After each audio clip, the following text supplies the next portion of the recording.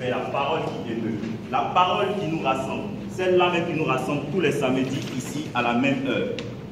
Un sage disait, la parole est la rumination de l'homme. S'il ne mange pas, il se morfond. Chers téléspectateurs, bienvenue à votre émission préférée, La Flamme linguistique. La littérature ne change ni l'homme ni la société. Tel est le sujet qui nous est proposé aujourd'hui. Pour en débattre, nous recevons sur notre plateau deux illustres orateurs venus tout droit de l'INPHB. Je vous en prie, mesdames et messieurs. À ma droite, M. Tizier Ephraïm, étudiant en BCPST à l'INPHB. Bonsoir, M. Tizier. Bonsoir, M. Salé.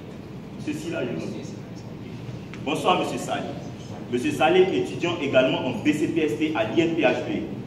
Derrière cette voix, votre illustre serviteur Silla Lachivakaba, également étudiant en BCPST à l'INPHB. Sans plus tarder, nous allons laisser nos deux illustres orateurs qui commencent à bouillir d'impatience de faire danser les mots. Mesdames et messieurs, place au débat. Monsieur Salé, la littérature ne change ni l'homme ni la société. Quel est votre point de vue sur cette affirmation? Ok, vraiment merci beaucoup M. Bakaba de m'avoir adressé la parole.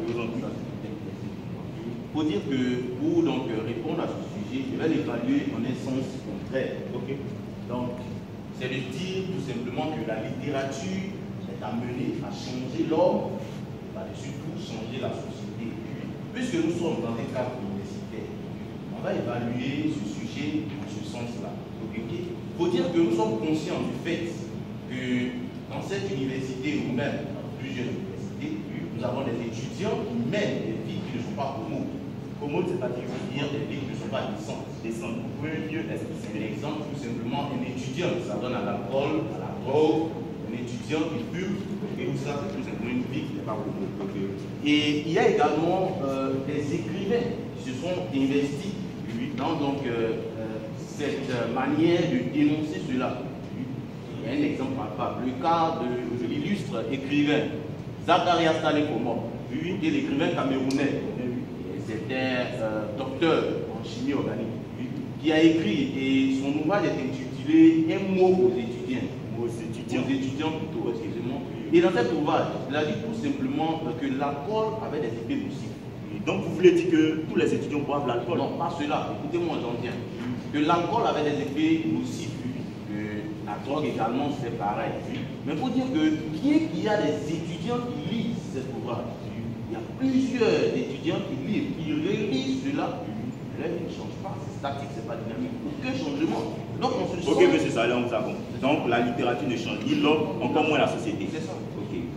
Monsieur Tizier, après les propos de monsieur Salé, que pouvez-vous dire sur cette affirmation? La littérature ne change ni l'homme ni la société. Avez-vous un point de vue divergent ou convergent de la chose? Monsieur Silla, tout d'abord, je vous remercie pour la parole que vous avez prise. Je suis tout à fait d'accord avec ce que M. Salé a dit. Mais il faut dire dans ce genre de débat, dans ce sujet, il faut d'abord définir ce que c'est la littérature. Pour moi, donc, la littérature, c'est apporter la lumière là où il y a la lumière.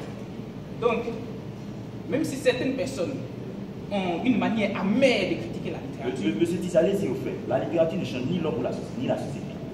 Prenons le cas en Afrique du Sud, à Soweto. Le 12 février 1995, Nelson Mandela, étant emprisonné, a écrit un discours à l'égard des peuples sud-africains, qu'il a fait lui par sa fille.